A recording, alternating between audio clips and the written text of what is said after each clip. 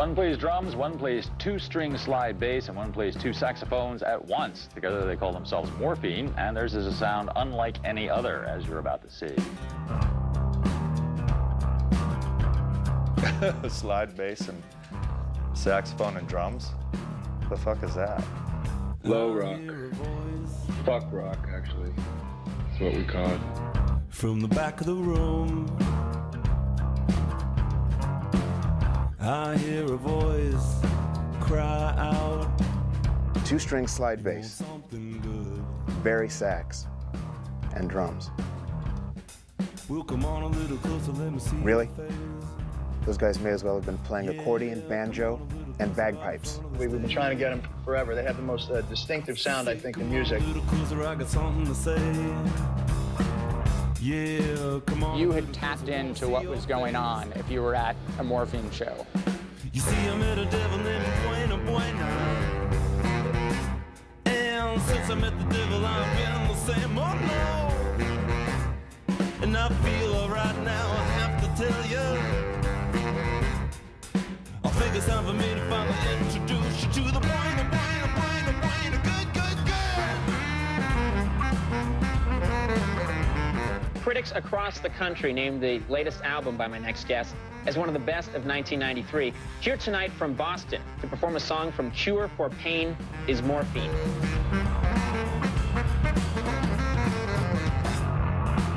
Mark's mystique really made the band's music and presence even more powerful, because it's like, who is this man who seems like he's just out of time and out of place? Like, could be from the future, could be from the past. As close as we were, there was a whole realm of his life that I wasn't aware of. It's coming to me. Yeah, it's coming to me. Now I think There was a fascinating contradiction between how private he was and how intimately people felt connected. I know some people want to make you change. There was this sense that you did have to overcome a hurdle. You know, if you wanted to be into Morphine, you weren't going to be able to pick up Rolling Stone and read a story about spending the night with them. And since I met the devil, I've been the same. Oh no. You weren't going to be able to, you know, read a 5,000-word Q&A about Mark's past and about his family. Frontman of the band Morphine, Mark Sandman, suffered a fatal heart attack on Saturday, July 3rd, while performing at a music festival near Rome, Italy.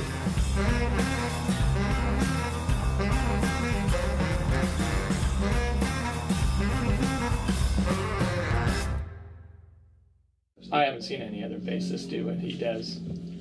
Unfortunately, I think they may have... Mark left this planet a little premature, and before they could really establish a really strong foothold. It was only after Palestrina that I started to try to figure out a little bit of what type of guy was this guy, you know? And he seemed like a real man.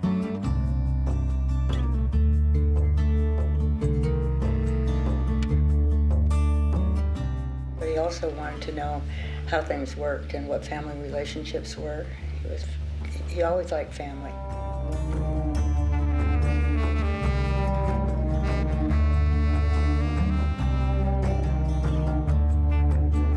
You know, he was the oldest of 4 kids. Hand over hand up the lifeline. Luckily the knot stayed tight. Silhouettes of the two of us climbing up a rope on fire.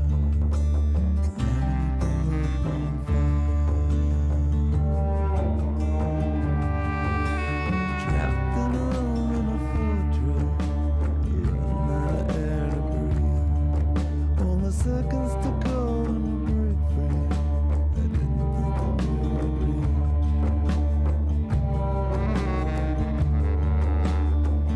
Only the two of us can just... Even though my younger brother had a lot of medical issues and some other things they had to worry about, but it was always Mark. It was always, we're worried about Mark, we're upset about Mark, we're mad about Mark.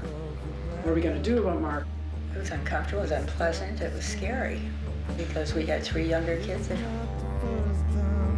He sort of wanted unconditional love and acceptance, that he didn't have to follow any rules or conventions, that he was being creative, he was an artist.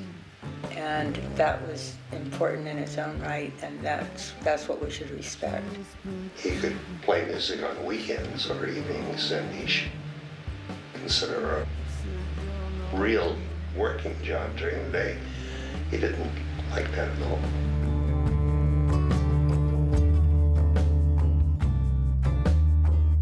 So he offered him a choice.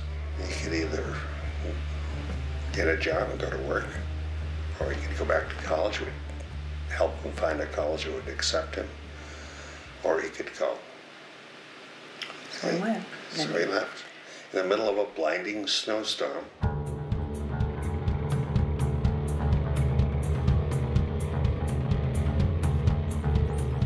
So there was a period of about 6 or 7 years where we didn't know much where he was. We get postcards from. He was living in an abandoned miner's cabin. The Gold Nugget Saloon was our contact point. I don't know how he lived there. It must have been awful.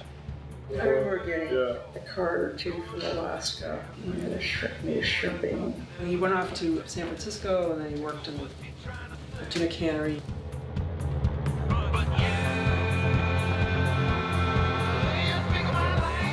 You're a bit of a fisherman, aren't you? I have fished before, yeah. Professionally? Professionally, yeah. And this is before you became a professional musician? Correct.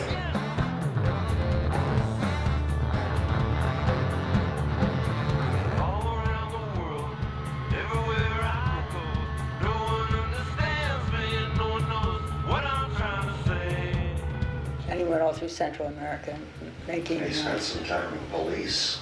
And from there he went on further into South America, through Peru. He lost his passport at Machu Picchu.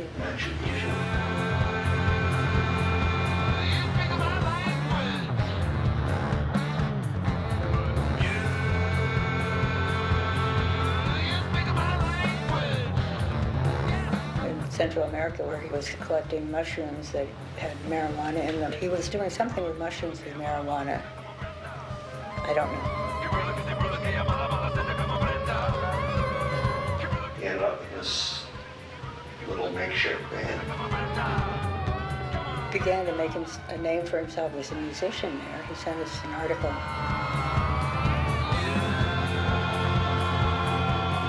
His whole adventure was so foreign to us that we didn't know how to treat him.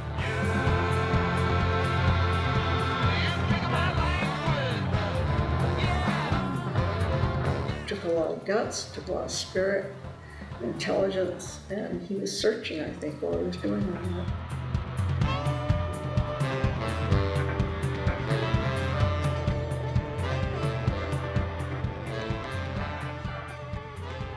But he got sick in Brazil, and that's why he came home.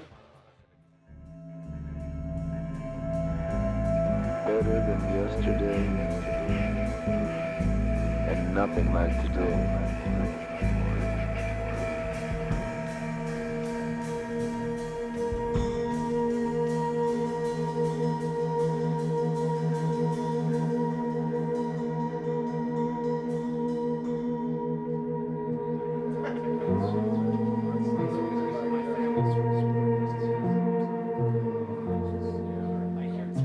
He played music with little groups. And there were a lot of groups, perhaps 800, all trying to climb into prominence. We developed together the instrument I play. Mark already had his setup going, and but his was a 2-string bass tuned to an A on a bass, and he had a guitar version in his apartment, and I started playing with it, and then we broke out a box of strings and a pair of calipers, and we kind of like experimented and figured out the tension and all that stuff. I think what led to the formation of the supergroup was me just needing a place to live, and Mark being very un-Mark-like and very generous. I mean, I don't mean that he wasn't generous, I just mean that he was a private person, and he generously let me live with him, which was kind of a big deal. So in the process of living together, we just started jamming and playing songs. He saw the world as this big resource that he could soak up. I mean, beyond smoking pot and taking some mushrooms every once in a while and drinking, that was it, really. And the amount that he smoked of the certain kind of weed he smoked, I mean, I would have one taste and I'd be psychotic for 6 hours. And he smoked, you know, 12 joints of that stuff in a day. So his whole system was completely rewired by this intense weed that he smoked. He wasn't self-destructive at all. I think he was just looking to turn the world on a little brighter, you know, and feed his creativity that way. He was looking to sort of shine a light in dark places and go there and mess around with poetry and music. Billy, let's play a little. We had all been in rock bands and other things, and we're all looking for something different, and this was a good starting place for something different.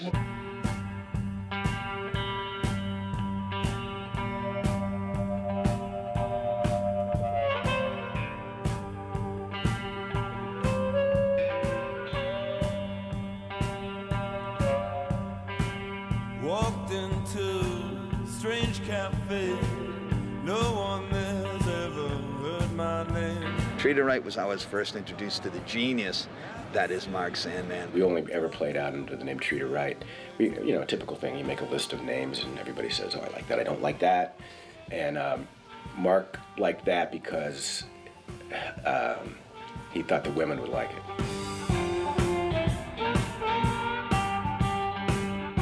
We had a million like little girls around that would just be like, oh. He was it, you know, he was king of cool. There was real magic to the guy. You know, I think she likes me, that's what I think. I think she likes me, that's what I think. With Traet Her Right, we decided if we gave ourselves parameters, we would learn to be creative within those parameters, forcing creativity upon ourselves. Traet Her Right actually stood out to me, you know, for one of the, I guess it was, you know, partly because of the drum kit that Billy was playing at the time, and you know, that it was so, it was pared down and simple, but in a way that was raw and somehow bluesy, even though it was popish.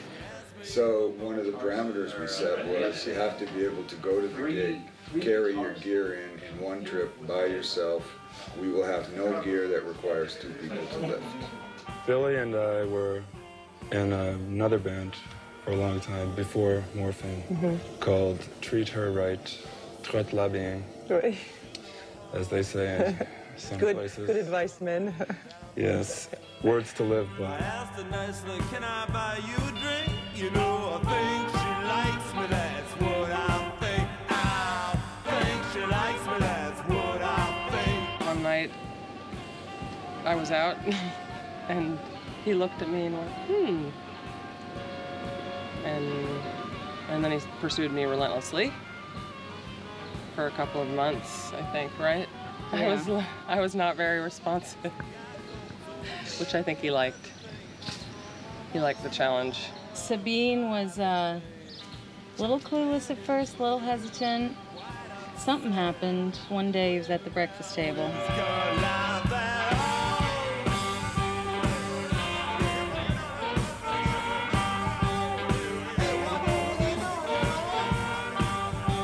So you've been doing rock and roll in Boston for a while. What about this band? Why is this band different? What's different about it? It's good. Yeah? Ended up actually starting to work with them as playing bass, the group that became Traet Her Right. I kind of, at the time, I was doing less and less playing and more producing and recording. Yeah, I also got involved in a small 8-track studio, which we did 6 of the 9 songs. There's a place called Fort Apache. It's a big 8-track studio. Oh, big 8-track studio. We did a couple of rehearsals, and I said, you know, I think you guys really need a bass player. I think it's kind of cooler if you don't have one, you know.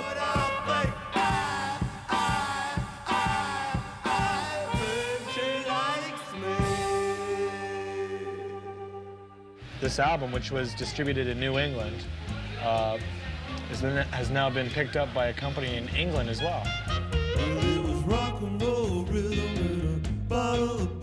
We wanted to do something different. We didn't want to be You know, we're not going to work in an office.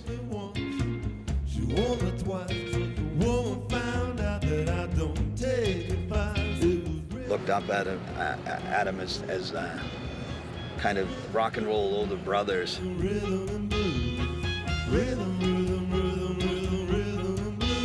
Yeah, Demon Records. Yeah. Demon Records. They do, over there they do Johnny Copeland and Robert Cray, and a lot of good producers. A lot of Elvis Costello's stuff is on Demon or Imp, which is another name. Yeah, it seems like a really good label. Listen to my dad. I'd be alive with a big feather bed, but You know, it was sort of like a collection of misfits in a way. take advice. It was rhythm, rhythm, rhythm, rhythm, rhythm. You know, we're kind of like, oh, sure, yeah, this is really going to happen. But the latest word today was they decided they want us to add some more songs. They're going to do a new cover and so forth. So they gave us the go-ahead, and they're... the check's in the mail. The check's in the mail. We were estranged from our families. We wanted to do something different. People really rallied. Everybody came together.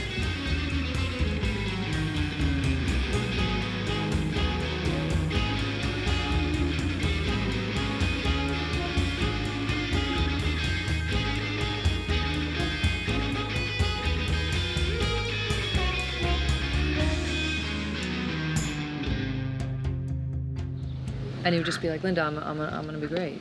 I'm gonna have a great band. I'm gonna be a rock star someday. But by this time, you know, we were in our early 30s, and it's like the clock is ticking. Thank you very much. We're going to bring our friend Dana Colley up here now to play a couple of songs on his baritone saxophone. We got a microphone for him and everything.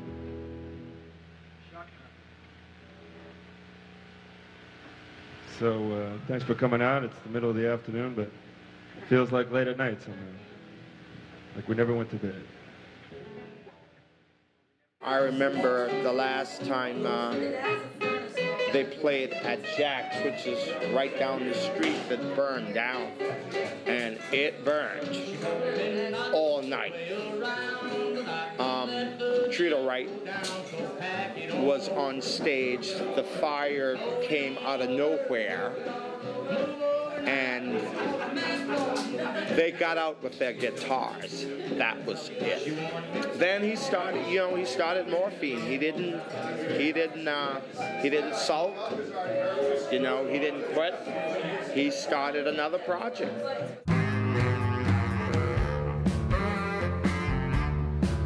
At that time, Mark and I started jamming, and he invited me up to his apartment on William Street in Cambridge. I was playing my one-string bass. Danny was playing his baritone sax. I got a head with wings. I got a head with wings. I got a head with wings. We got a drummer and... No, wait. We thought of a name, and we got a drummer, and then we booked the show. So we thought of a name, booked the show, and then we got a drummer. You would not believe if you were here. I got a head with wings. But unfortunately, the end of '90 was when I first started to feel I was having a problem with arthritis, sort of a stiffness. When Morphine started playing gigs and recorded Good, basically Jerome recorded most of Good. I played on some songs on Good. And then Jerome started to develop, you know, he got sick. Above the ground. And the only thing that holds my head to the ground.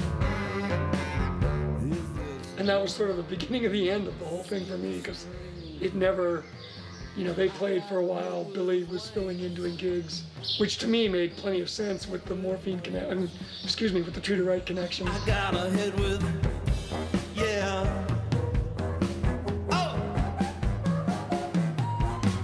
A head with wings.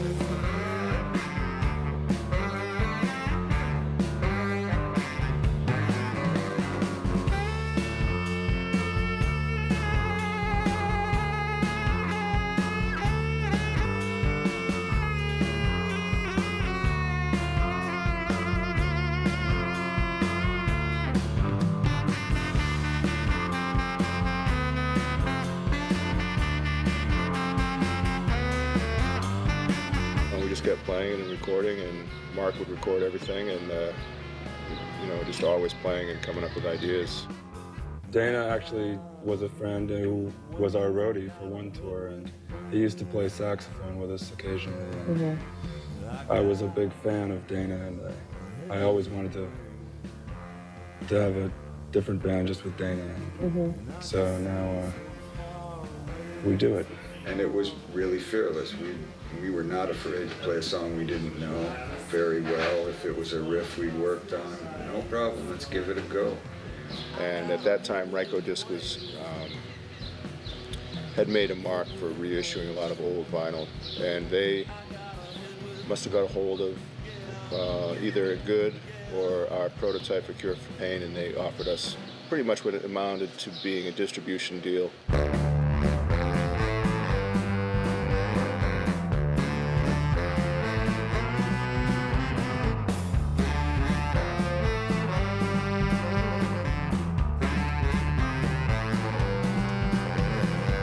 My fingers and I hope to God I knock on wood and pray with all I've got. Cross my bow with a cannonball, I see the writing on the wall. Hey! And he came to me and he's like, well, you know, I really need a manager. You know, it's a lot harder than I thought. He goes, I can't do this on my own, and I need your help. What to do, yeah, who to dog, who to ride, and who to hold, forever by your side. Forever by your side. Mary, won't you call my name? And he really didn't want to hire a big New York or LA manager. He goes, I don't want a big New York manager. I don't want an LA manager. You know, you can't get them on the phone, and then once you do, you don't even really want to talk to them anyways. I want to talk to you, Deb. Now touring the U.S., Morphine was indeed a pain-free experience for the concert goers we spoke to. A couple weeks into it, it's like every single show is selling out in advance. And it was just becoming like this real intense buzz thing, like, oh my God, you've got to go see this band. And then when people saw them play live, it just blew their minds because there's 3 guys on stage, you know, and no guitar, and it's making this incredible sound. The combination of the baritone sax and the bass, it's crazy. I've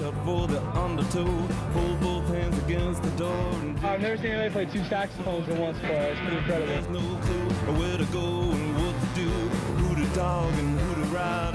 I can't think of another band that sounds like them. That's one reason I like them. And things really started to take off. So, you know, we knew we had something good. Then they went to Europe, and it was just, you know, the same thing. Just, you know, people going crazy and, you know, selling out shows. And Mary, won't you call my, Mary, won't you call my, Mary, won't you call. We weren't really ready for it in a way. We just didn't expect it. So when it happened, it was like, wow.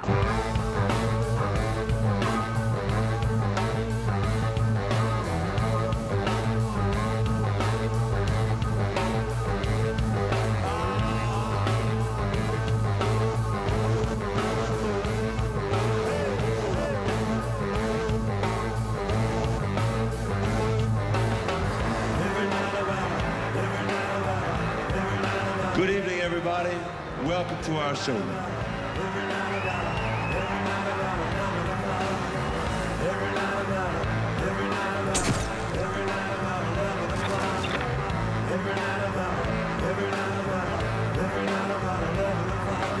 To me, it was like, oh my God, here's somebody that's taken this whole beat thing, you know, Ferlinghetti and Ginsberg and Kerouac, and brought it forward into the present.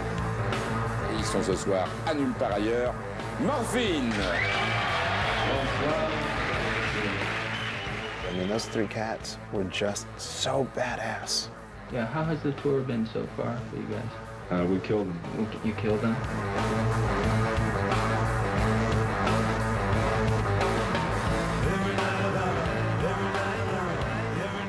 Billy and Dana and Mark together was an amazing chemistry. Now you put 2-string bass, sax and drums together, you'd expect it to sound like a complete and utter shed. Somehow, with our next guest, it sounds fantastic.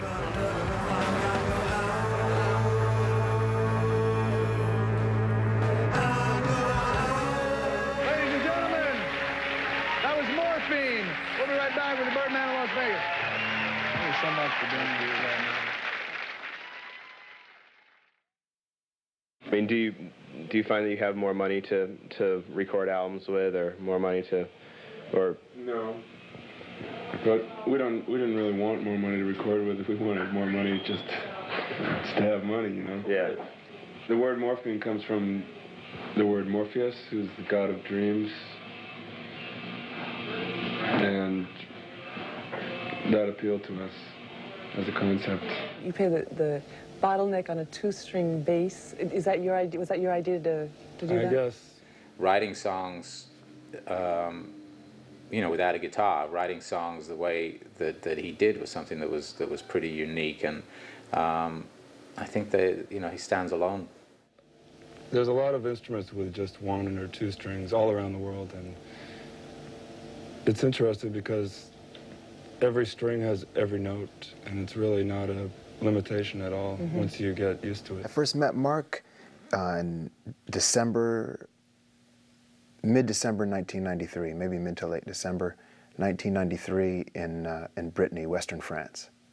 It was the first time I had ever made music out of the country, so it was my first time playing in Europe. And the show went really well, and I was doing press. And I was out back, and it was freezing cold. And I was doing press and interviews, and all of a sudden, I heard this sound. It was the sound. And I was just like, what in the fuck is that? I remember the guy from Blues Traveler called up and he was like, I love your record. What's going on? Like, what's going on over there? Or like, we'd get phone calls in the middle of recording where people would go like, how you getting that sound? And we'd say, well, it's a two-string slide bass. And they'd be like, oh, okay. You know, I can't do that. It's much easier with just two strings, because if you have more than two strings, then it's very easy to hit a wrong note. You know?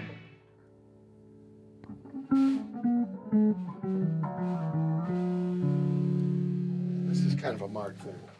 It was very interesting what he had done with the bass. You know, I have to admit, when I see a band, that's the first cat I focus on. I'm trying to relate, you know, what I would do in their plays. Because usually, you know, from the old days, especially with hierarchy of rock and roll, bass is like where you put the lame dude, kind of retarded friend, sort of like right field in Little League. Like nobody's gonna hit the ball out there.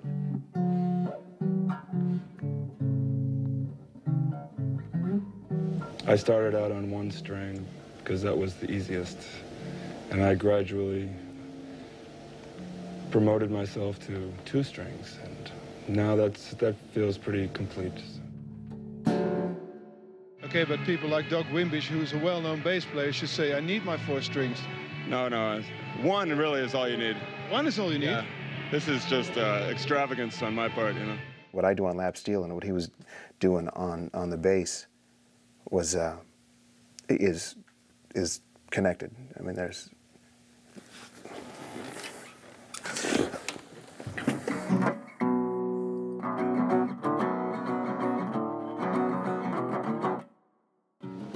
It requires a lot of contribution from Billy and Dana to make it work within this format, because we can't fall back into traditional roles within the band because of the instruments.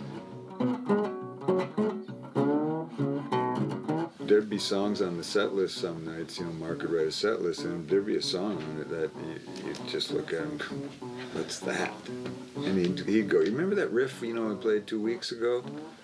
And you're like, you know, we've been playing every day, there's been a lot of riffs, man. Oh, you'll remember. And he'll just start in and you wing it. You see how you can take those jams that you do with your buddies on a porch or around a campfire, get that freedom, that energy of really not trying to do anything or make anything happen from it other than what it can be at that moment, and try to capture that on tape, try to demystify the idea of recording. you play this bass guitar, but the other instrument in the band, the baritone sax, is quite unusual for rock music as well. Well, you hear it in rock more than you might think. Prince uses a baritone sax a lot, and Los Lobos use a baritone. Little Richard used to use 2 baritone saxes, so I think it's the most rock of all the saxophones. It's dark brown. It's got a very deep and dark brown sound. Dark and rich and very warm in the hands of Dana Colley. That was smart about him keeping it a trio, so the bass could be prominent like that.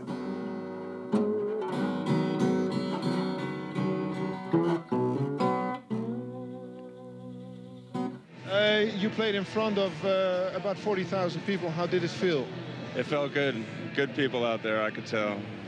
All over Europe, Japan, and all over the U.S., Canada. Wow, where do you get best received? You know, it's been pretty good everywhere. Hello, Belgium. Very happy to be here. I've seen about 100 meters of your city, and it's just beautiful. Thank you. And we always learn how to say welcome and thank you very much in whatever language that we need to. And Spanish? Spanish even, yeah. Portuguese, Norwegian, yeah, Italian, whatever, Japanese. People are also talking about the 60s and the 50s, about you, about the jazz sound, also about the black films and things like that. Do you agree with that, or do you think Film it's noir? Yeah. Well, I think that we incorporate some of those elements into our music, but we incorporate a lot of things, and not just music, but books that we read and movies that we see and people that we know and stories that we hear and television programs. He never went Hollywood. I mean, actually, Hollywood went Morphine in some respects because we got so many music licenses and all these film people wanted to use our music in their movies. Nothing's gonna shake me, nothing's gonna pull me down. Nothing's gonna shake me, nothing's gonna make me change. That's the way I am, and I'll always be the same. Yeah. Oh, nothing's gonna shake me, nothing's gonna make me change. That's the way. One of the calls I got was from DreamWorks, and DreamWorks was a brand new record label that had started, you know, with the people from Disney and David Geffen and Katzenberg, and they were interested in kind of creating this new entertainment media conglomerate. If you could write the soundtrack to any movie, by who would you choose? What director would you choose? How about Robert Altman? Is he available? Well, I think so. He's open to a lot of ideas, I think.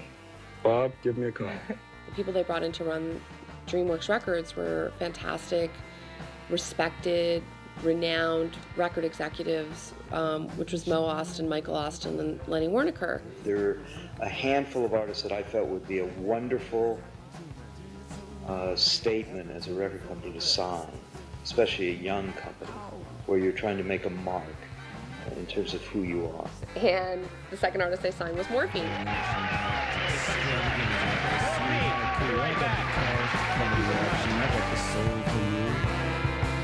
Here's my flag, I wouldn't fly, the mountain that I couldn't climb. I was always on my way.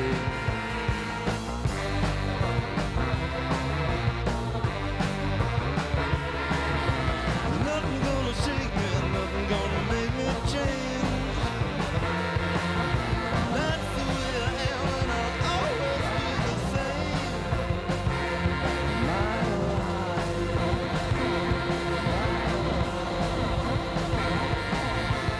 But he wasn't somebody who was just going to pick up and move to Hollywood and just become Hollywood guy. Like, he just wasn't that person, you know. He loved Massachusetts. I really felt like he resonated, and he went back, you know, he went back home, you know, even though he traveled the world and loved to continue to travel and see the world. Like, I think home was something that was really symbolically really important for him.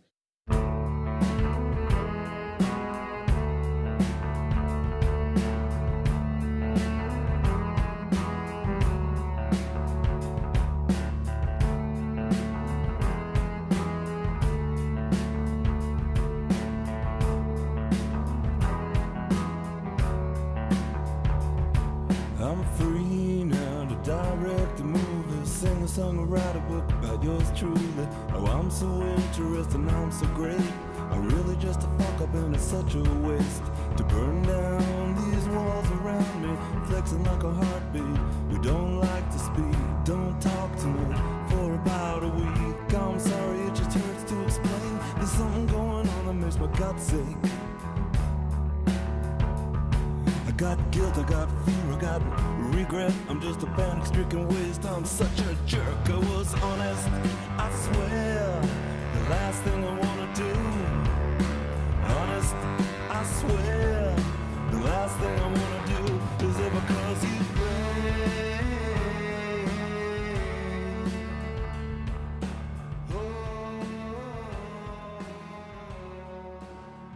But he got sick in Brazil, and that's why he came home.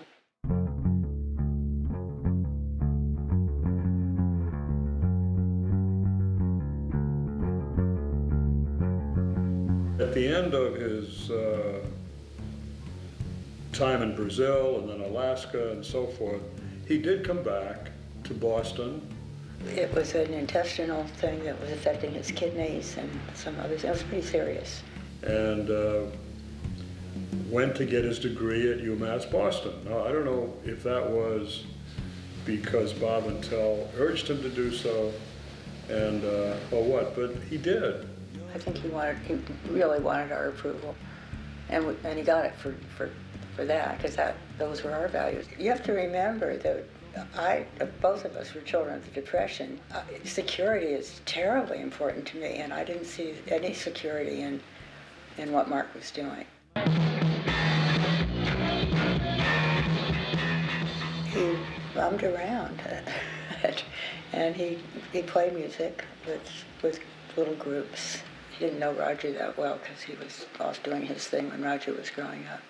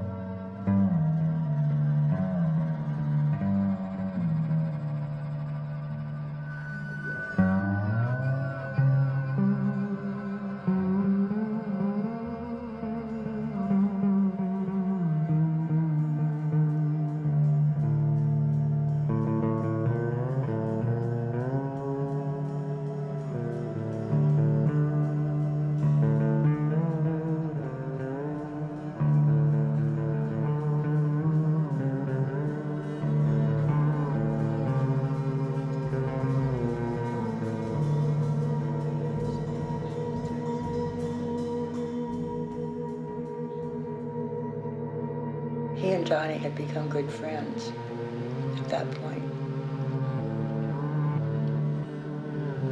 What was Mark doing?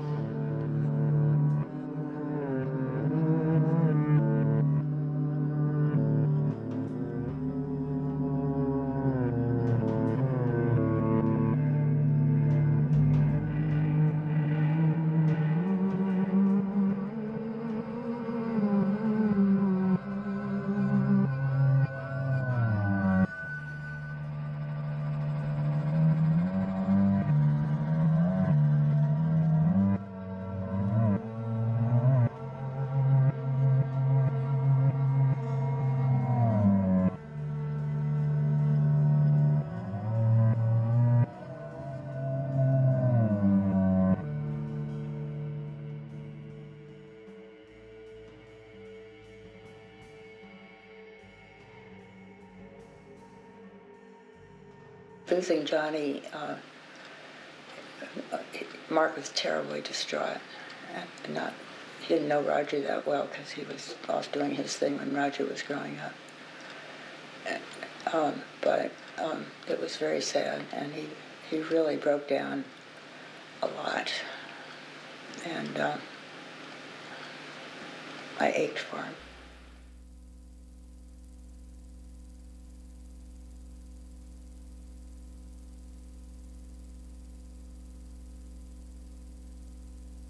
It really just made everything worse in some ways.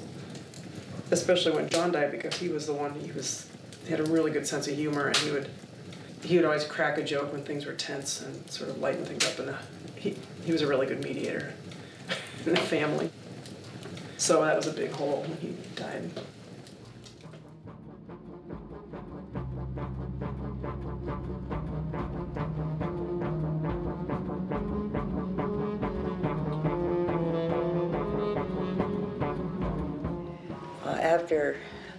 After Johnny died, Mark decided he had to make something of himself, and he was going to do something special. He was going to be somebody special, and that became his goal.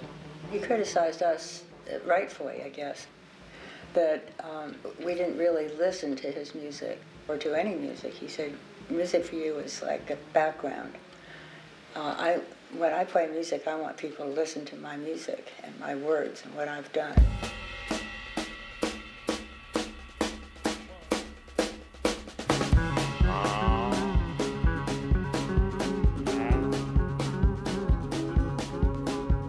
Things that happened to him with the death of his brothers, his relationship with his family. I think he had an extra drive and an extra commitment.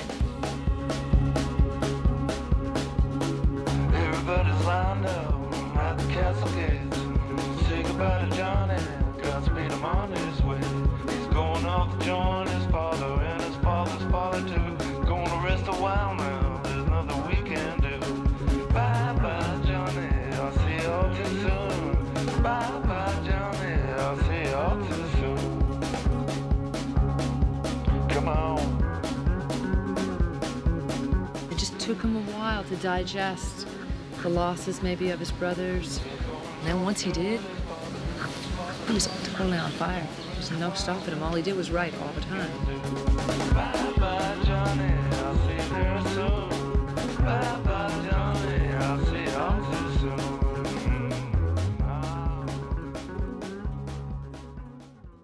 Mark was a very private and a very guarded man.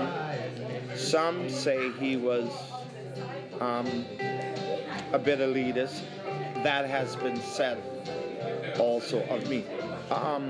Thinkers tend to be private. Mark Sandman, he was a secretive guy. And there were certain things that were off topic or things that he wouldn't talk about when he was doing press. Lead singer Mark Sandman is just a very slow, laconic person. He doesn't like to explain things too much, likes to talk very slowly. I think he kind of likes subverting the interview process. How do you like Australia? What kind of It's cool. It's very easy going. Easy going. Yeah, those guys are really easy going on. Smiley, happy people. Well, yeah. Except for the axe murderers. Axe murderers. But even those guys are pretty happy from what I hear. Oh, I see. There was an ugly axe murder in Sydney when we were there. Axe murder, someone was killed with an axe, yeah. Oh, really? While you guys were there? Yeah, right near our hotel. Really? Yeah. I see. They never found him. Really? So after all, they're not really happy. No. Well, there's this one guy with an axe who's unhappy. Who's not happy. And the guy who got wasn't very happy either. 鎌というか木を切るときに使うやつありますよね。あれなんていうんだろうな。鎌っていうの斧か。斧だね。斧殺人が。You know, I think Mark and I sort of felt that both Billy and I became his surrogate brothers, having lost both Johnny and Roger. And both were about Billy's age and my age. Johnny played the saxophone, and I haven't played the saxophone. So I think there was some, surrogate relationship there that I was unaware of until I finally got the story of what happened.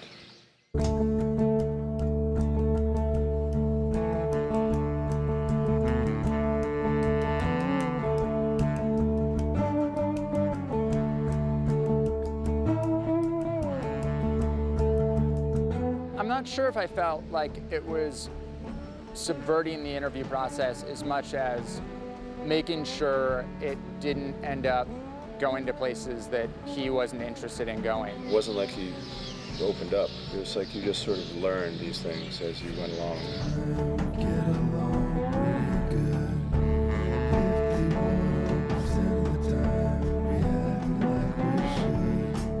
Tell us a little bit about your music, Mark.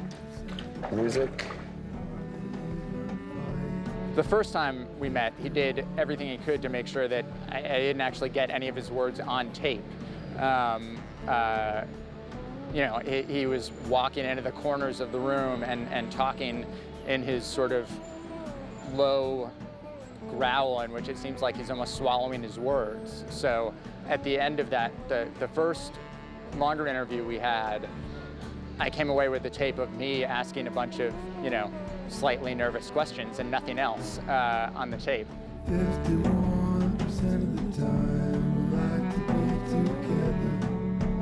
51% of the time things get better. It wasn't until talking to Mark's friends who were older than I was at the time that I realized, you know, and heard the stories of what had happened with Roger and Johnny. And, I mean, he handed me his brother's saxophone one day, and just because he wanted me to have it, he wanted me to play it. And, you know, I preferred my own, so I said, you know, Mark, I really appreciate this, but, you know, I feel more comfortable on my own instrument. But, I mean, that was kind of when I realized the first time that he had a brother, and that he no longer was alive, you know.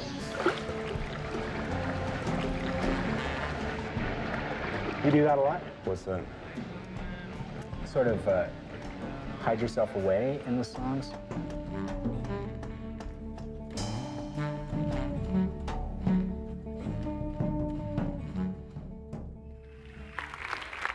Merci beaucoup tout le monde ici. Tout. Et maintenant, le moment de poésie.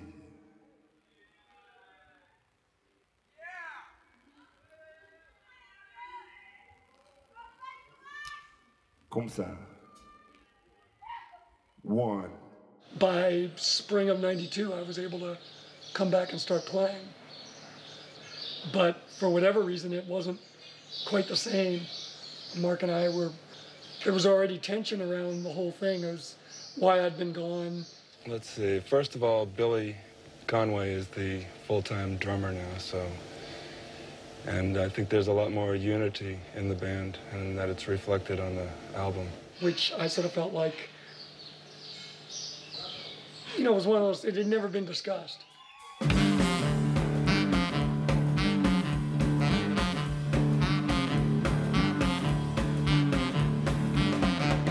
Sharks patrol these waters. Sharks patrol these waters. Hey, don't let your fingers dangle in the water. It was like pulling teeth to discuss anything. And that just wore on me. And I think it wore on Mark too. I mean, he, like I say, for all his cool hipster vibe, when you scratch the surface, it really wasn't there. People thought that because of his persona, you know, and the music was sort of very low, and he kind of cultivated this persona in some sense, and the media also just sort of ran with it. His last name, most people couldn't believe his name actually was Sandman.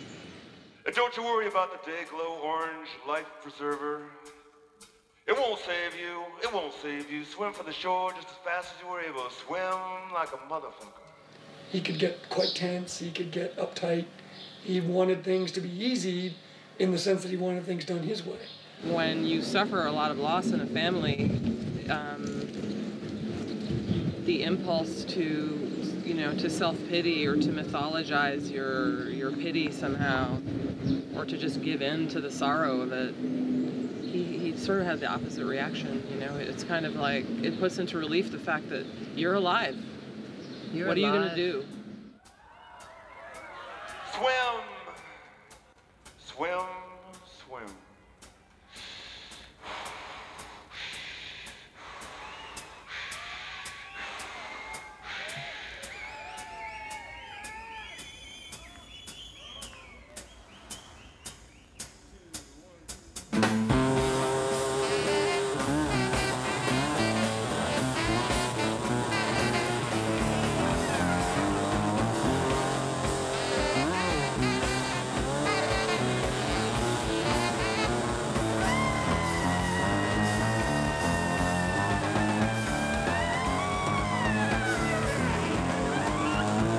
Mark could be the biggest asshole in the world, and I definitely had tons of fights with Mark, and tons of differences, and for quite a while, I felt bitter towards Mark because I felt like, he had really.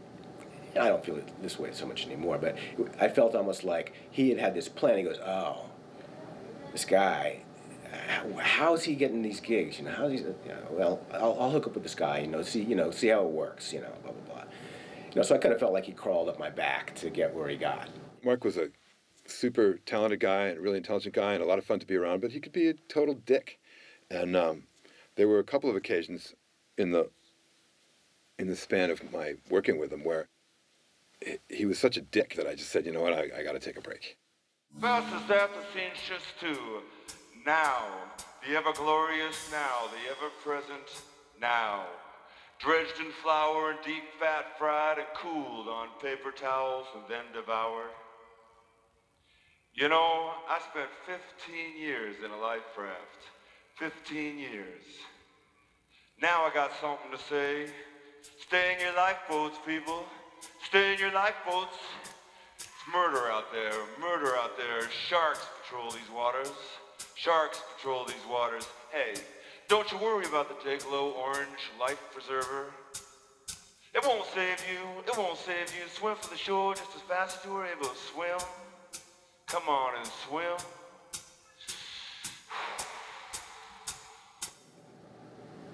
And, when you're in a band with somebody, there's lots of tension, and, it's easy to just see all you see is this other person thwarting you.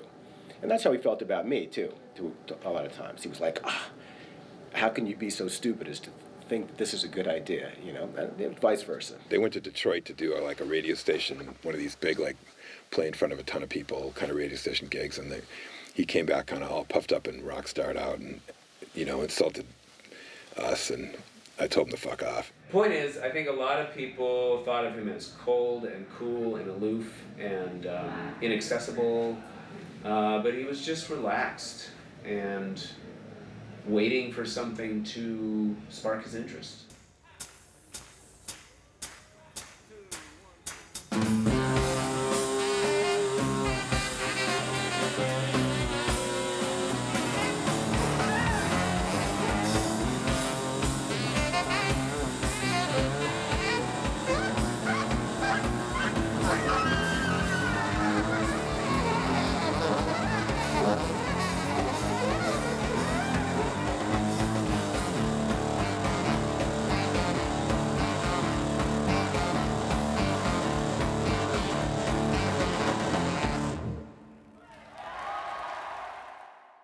His relationships with Billy and Dana was beautiful because they were three, and he had this thing, the Twine Men, which was a cartoon that he drew, and it was all about the difficulties of relationship and being in a band, and how the three of them would come together, and they'd be rolled up in a ball of twine. And there's a fantastic comic series, that came out of that whole concept. It was Mark's concept of how he viewed his band, and they'd be all twined up together, and then sometimes things would unravel and they'd come apart, but no matter what, they'd always end up rolled up back together, and that was really his relationship with Billy and Dana. I think that his musicians were his band of brothers, and that was his family, and the musical community was his family, and that was what he always came home to. They were in the family of musicians and artists and creators, and he took care of them. He loved them.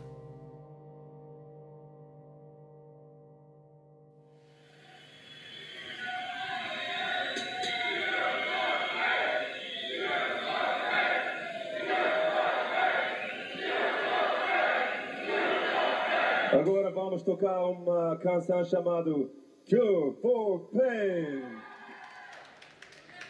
Well, we're just beginning our encores right now, ladies and gentlemen. All the extra bonus songs begin right now. Thank you very much.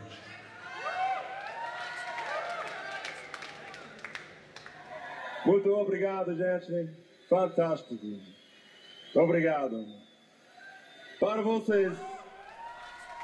Tout ça va?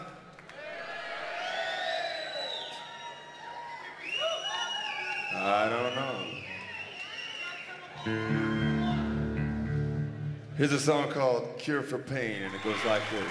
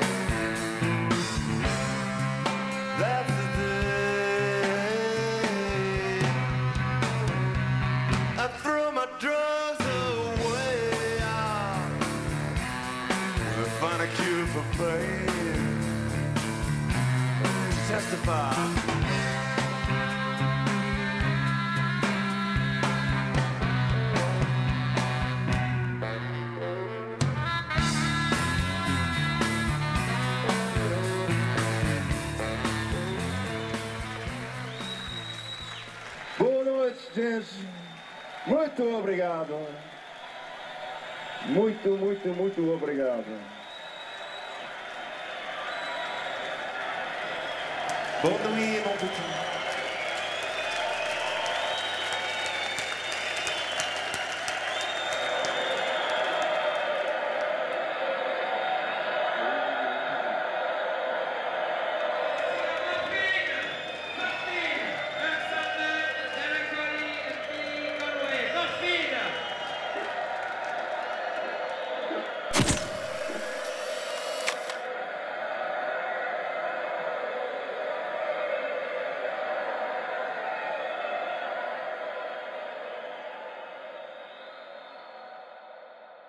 No, he would tell us when he got acclaim as a musician. He would send us notices and tell us to listen or invite us to come. He did invite us to come to his gigs. He didn't pay any attention to it because it didn't seem conceivable to us. It turned out later that it was true. Good morning. We went out last night. Stayed up pretty late. We can see that. We never gave him credit for being a musician in that sense. We didn't have any feeling for it. I mean, his father's a businessman, and Mark was an incredibly shrewd businessman. He may have been creative. I mean, he was very creative, but he was also very shrewd. And I felt like his father would really kind of could relate to him on that level. He and Sabine sort of became, closer together and more committed.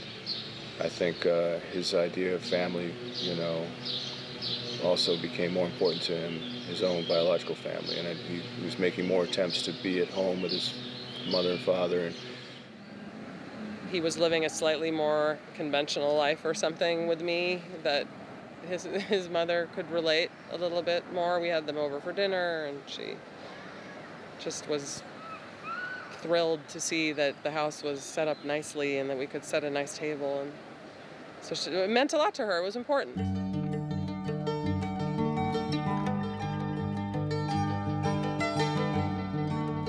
And I just think, after the fact, having read Tell's book, having a better understanding of what they went through as parents to lose, two boys, I just can't imagine going on from there. Last night I told a stranger all about you. They smiled patiently with disbelief. I always knew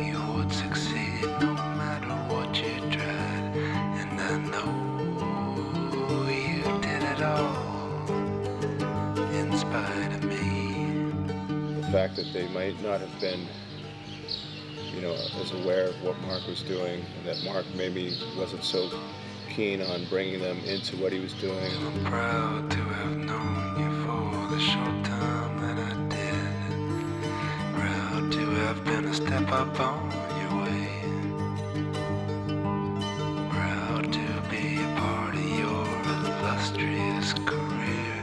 And I know you did it all in spite of me. I understand,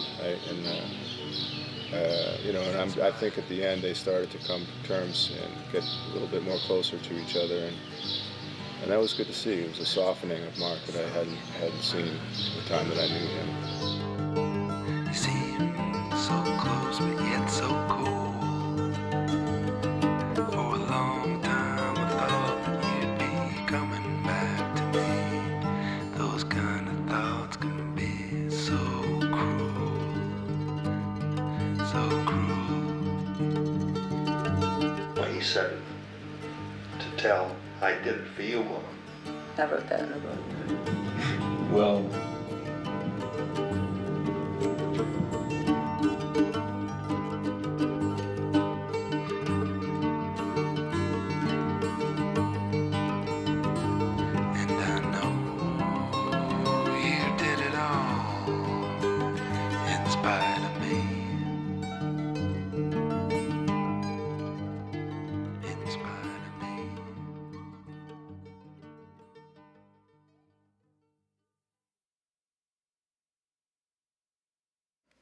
Palestrina is it predates Roman culture. It's a little village on top of a mountain that's impossible to get to.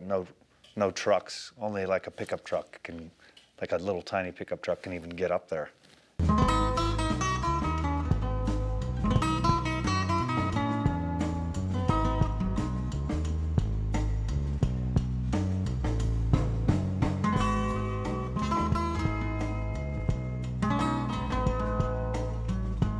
Actually, Palestrina is one of the most ancient towns in Italy. It's pre-Roman. So this city, this little town is very, very old.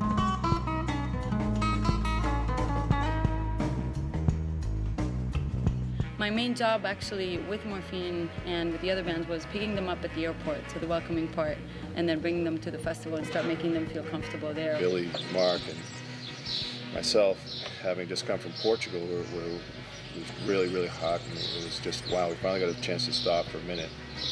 And, you know, sitting under the trees up there, drinking a glass of wine and just thinking, wow, this is great. This is fantastic. How do we not know about this?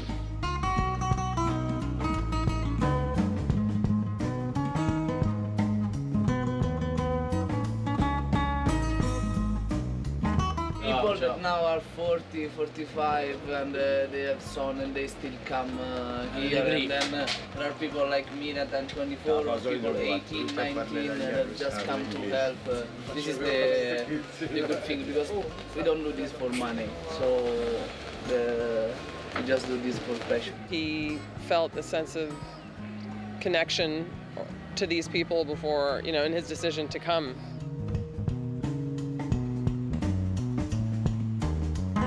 We appreciate the community life, and we consider ourselves as a family.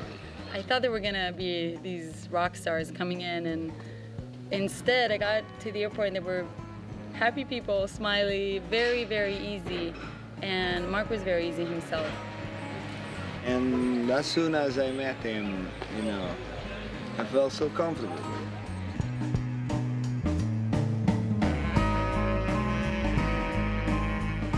He just was touched by their enthusiasm and their passion for music. Something in them just stirred him. He started speaking Italian straight away, and the whole trip from the airport to Palestrina, he was like, and how do you say this? How do you say that? What's this place? What is it about?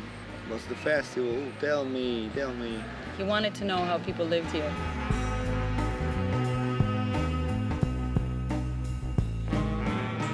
He started to you know, tell us about his life. He told everything about his life. That he was working in Alaska as a fisherman, you know, all those things. By the end of the day, we almost knew everything. Di realizzare le attrezzature tecniche e scientifiche che permetteranno all'Europa di prendere il suo posto nella corsa allo spazio.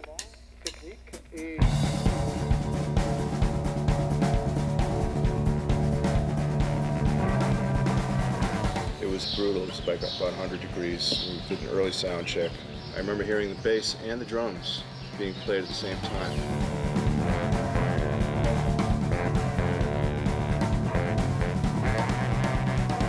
Oh shit, I'm late for sound check.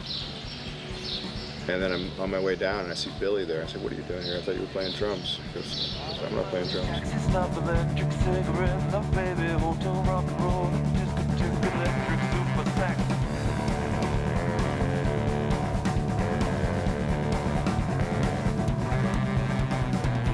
We went down the stage and there's Mark sitting on the drum chair, you know, boom, kick, boom, kick. It's like just playing the drums and the bass at the same time while sitting in the drum throne.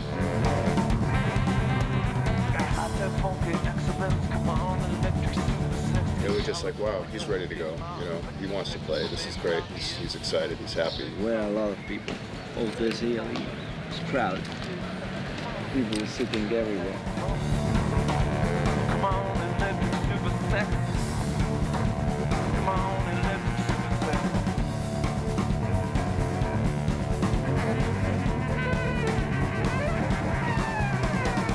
And it was an amazing night, really hot.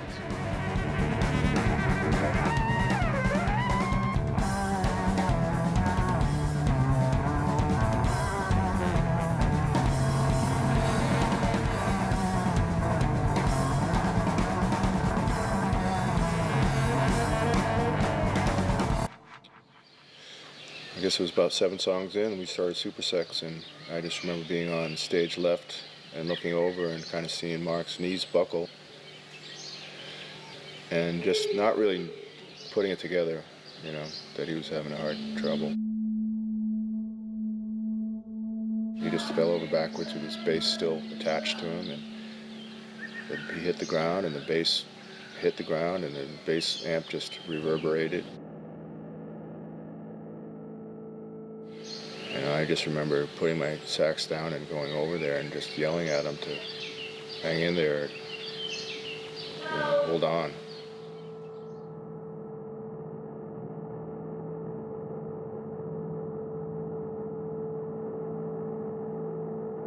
And then the silence. That's what I remember. 5,000 people in silence.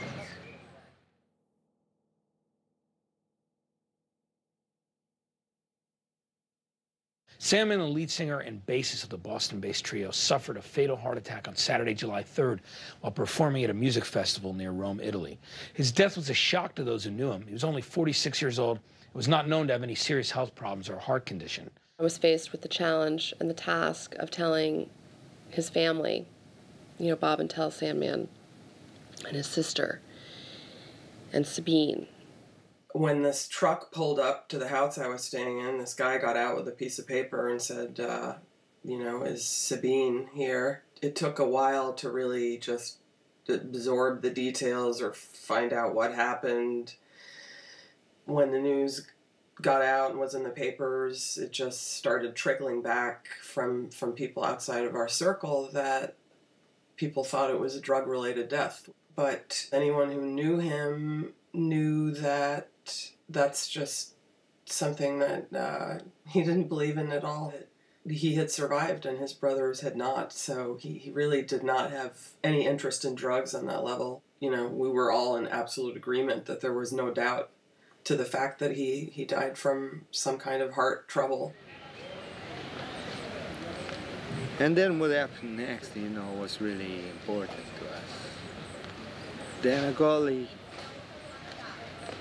shouting and crying at the moon at night there, 5 o'clock in the morning, you know. We tried to be close to them, ease their pain as much as it would be possible, if it would ever be possible. And that's what it happened. all we've done, basically. Simply being cared towards somebody who was living maybe the worst moment in their lives. They immediately told us what had happened. And, I mean, I'm not really too sure how to describe how stunned I was, but we didn't know what to do. And the next day, sitting on the couches, the next band that was coming in was Queens of the Stone Age. And I had never heard of them before. But as they had been alerted to what had happened on their way in from the airport, and they got to the hotel, and as they were coming in, they just immediately somehow knew what to say. I went up to Dana and said, whatever you want us to do. Doesn't matter if it's play or not play, or help or not help, like sit up all night, whatever you want to do. They're like, no, you have to do it, you have to play. This is the way it should be, you know, the show must go on. As hokey as that sounds, it's really the best way to honor, you know, Mark is to keep rocking, keep playing. And they just, I remember I didn't go down to the stage because I couldn't go back down. But I remember sitting in my hotel room alone, just listening to the Queens of Stone Age playing. And it just sounded like the Marines had landed, you know. It felt like the American Red Cross had just come, and it was just kind of an emotional airlift. I don't think I've ever tried so hard to play, you know, trying to like muster up something or figure out how do I do more than I normally would do? How do I, you know, I don't even think we necessarily played well because we tried so hard. I mean, I think it was okay, but I just remember being like, how can I do this more, you know?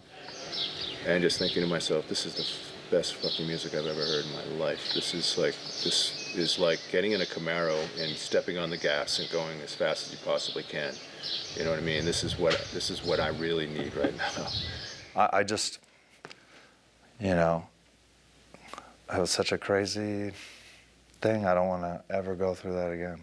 You really have to cling to what really speaks to you and what really is the right thing, and doing what you can to pick yourself up and keep on and move, you know, and do what's right in the memory of your friend. Dana Collin, ladies and gentlemen. Grazie mille.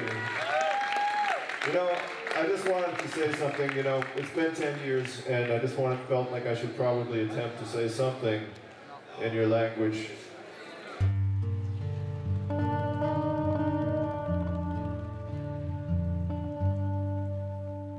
What really happened when Mark died was a really close and tight musical community just got tighter.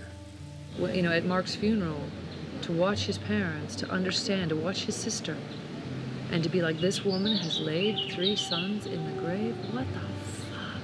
You gotta be, you know, you couldn't wrap your head around the pain.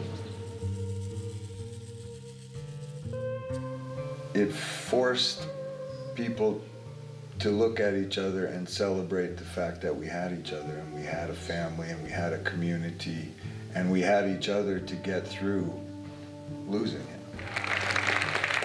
Here goes. Siamo venuti a parastrina con I Morphine. Instead of blowing apart, it got closer. People depended on each other more.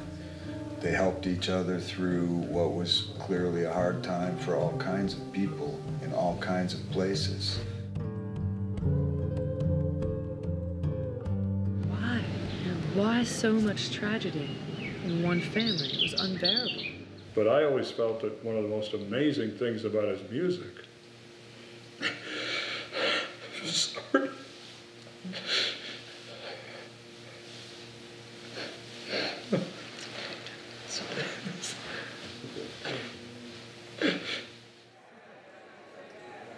È chiaro che questo è un posto speciale, un luogo sacro. Ancora non sappiamo quanto sacro sarebbe diventato. Were we surprised at his success? Yes. Were we pleased? Yes. We were really most surprised after he died, when all the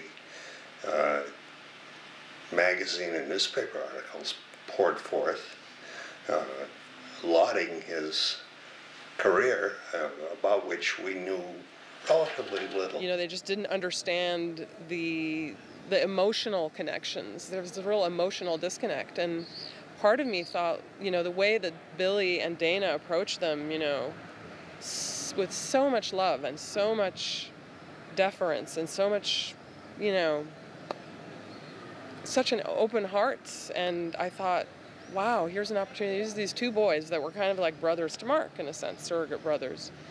Here they have an opportunity to form kind of this like beautiful bond with these two men who loved their son. Having lost all of these sons, I thought that they're like, you know, but that almost seemed just ridiculously romantic. Like, how could we possibly think something so beautiful could happen? It's interesting how over the years the various combinations of the things people have said about it and the things, you know, how your memory puts things together in a certain way that I hardly ever think about it without thinking about what Joe Strummer said, which is if you're a musician and you love what you're doing and your time comes and it happens when you're doing what you love in a beautiful place on a beautiful night, that's what poetry's for, you know? Quando Mark si è lasciato, voi ci avete abbracciato. Dimenticheremo mai il calore che ci avete donato. Ora con i nostri figli siamo tornati a casa a Palestrina per cantare all'amore e per ricordare. Grazie.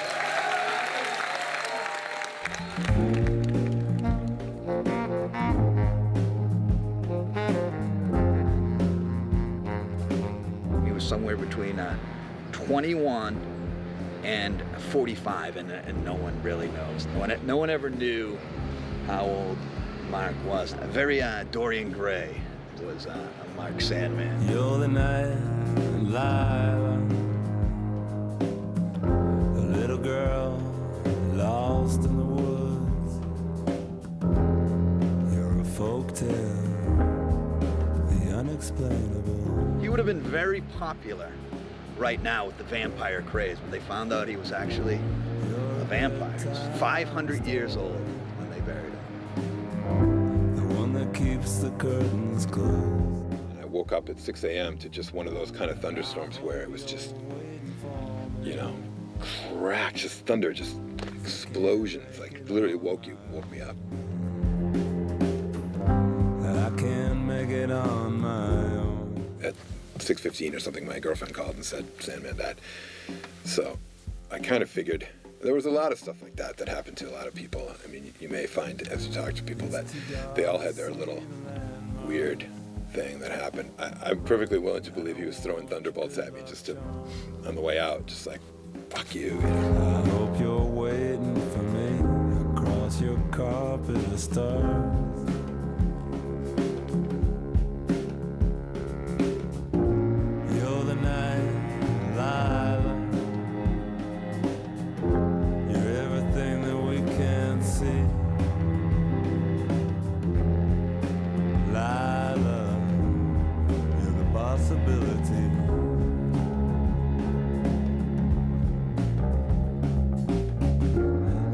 Bedtime story,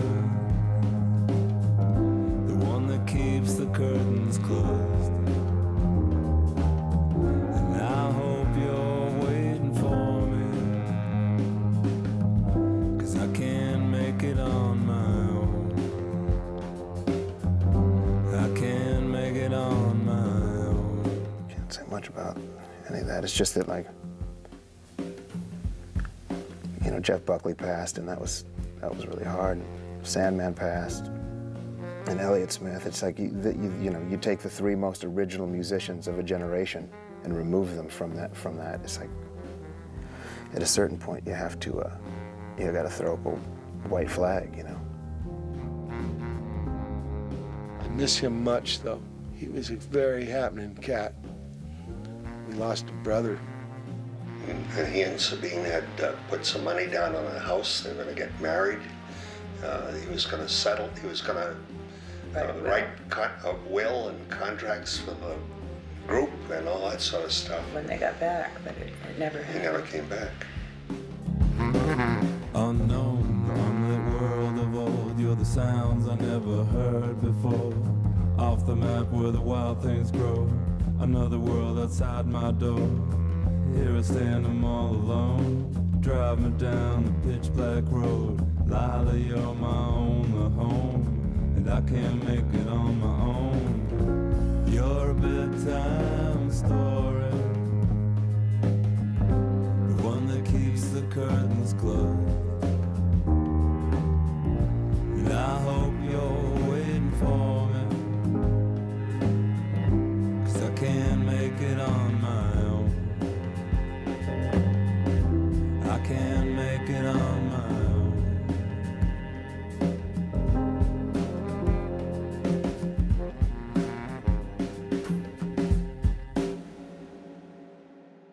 I wanna go home.